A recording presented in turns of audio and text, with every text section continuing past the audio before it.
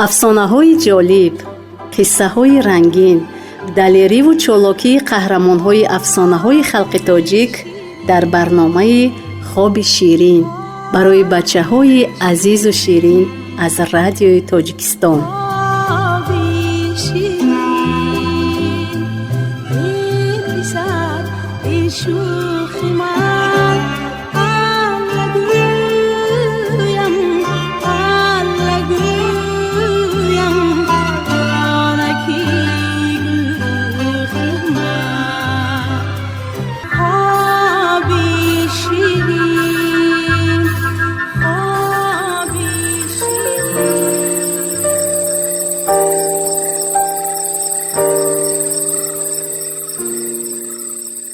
بچه با مادرش خیر و خوش کرده به نزد مردم رفت. کمی ایستاده تماشا کرد و بعد به پیش گشتینگیرها آمد.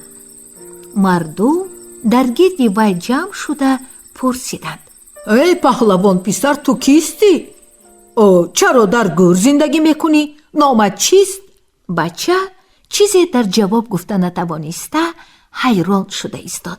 بچه را نامی به خودش مناسب یافتند در کار. وی در گور زایده شده است. نامی او را گورزاد مانیم چی می شود؟ گفت صیاد. مردم پسندیدند. همین خیل نامی بچه گورزاد شد.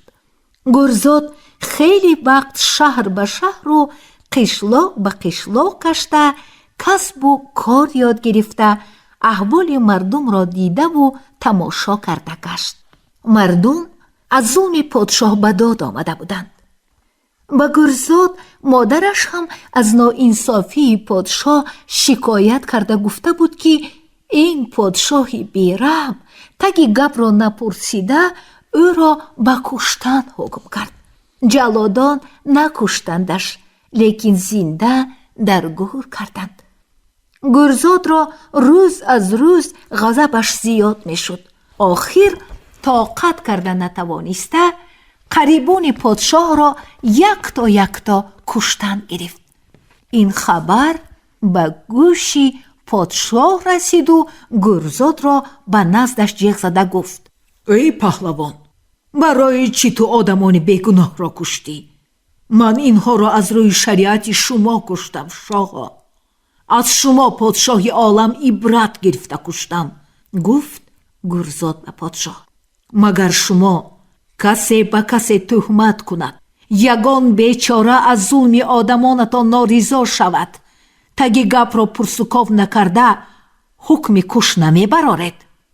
پادشاه این گپ را شنویده در فکر نابود کردن گورزاد شد و وزیرانش را جمع کرده مصلحت پرسید. گورزاد پهلوانی زور، گفتند وزیران، او را همین طور گرفته و کشته نمی شود. یگان علاج دیگر یافتند در کار. چی علاج؟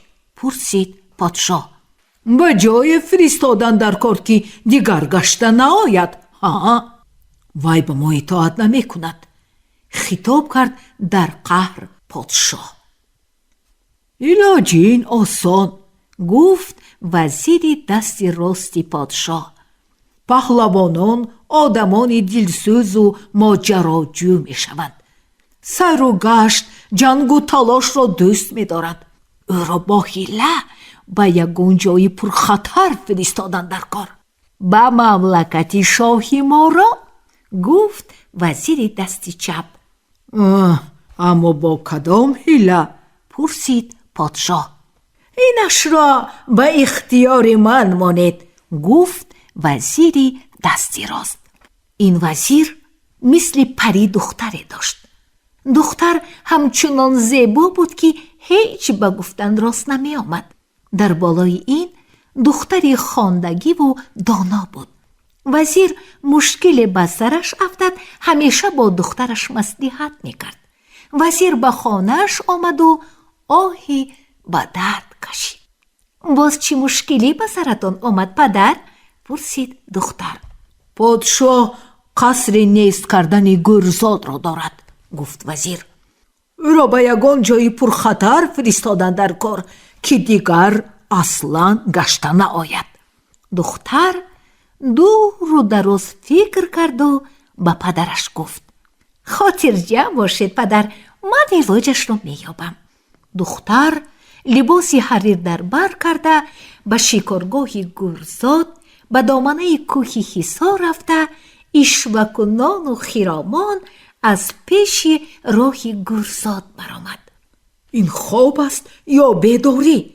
گفت گورزاد مات و حیران شده. هیچ گمان نکرده بودم که آدمی زاد اینقدر زیبا می شود. تو آدم نه، پری هستی.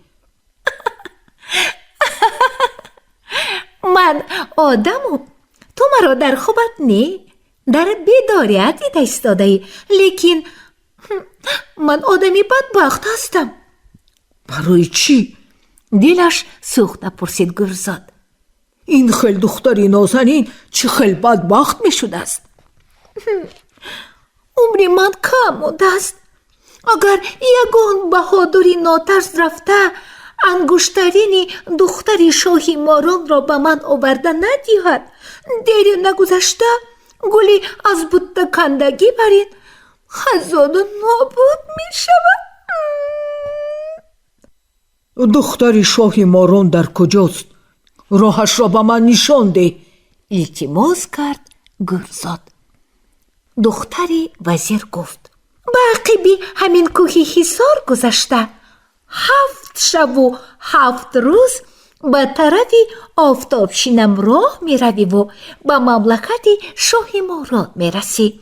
آن طرفش به زیرکی و قوتی تو وابسته. گورزاد همان زمان به کوه برآمده رفت. دختر وزیر باشد شتابان به پیش پدرش آمده گفت که اکنون گورزاد از آنجا بر نمیگردد. وزیر خرسند شده این خبر را به پادشاه رسانید. پادشاه به وزیرش انعام داده خاطر جمع شد.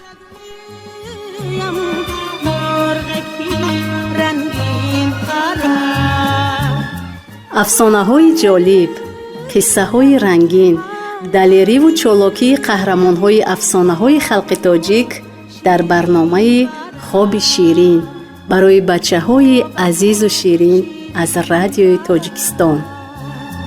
خوابتون شیرین برام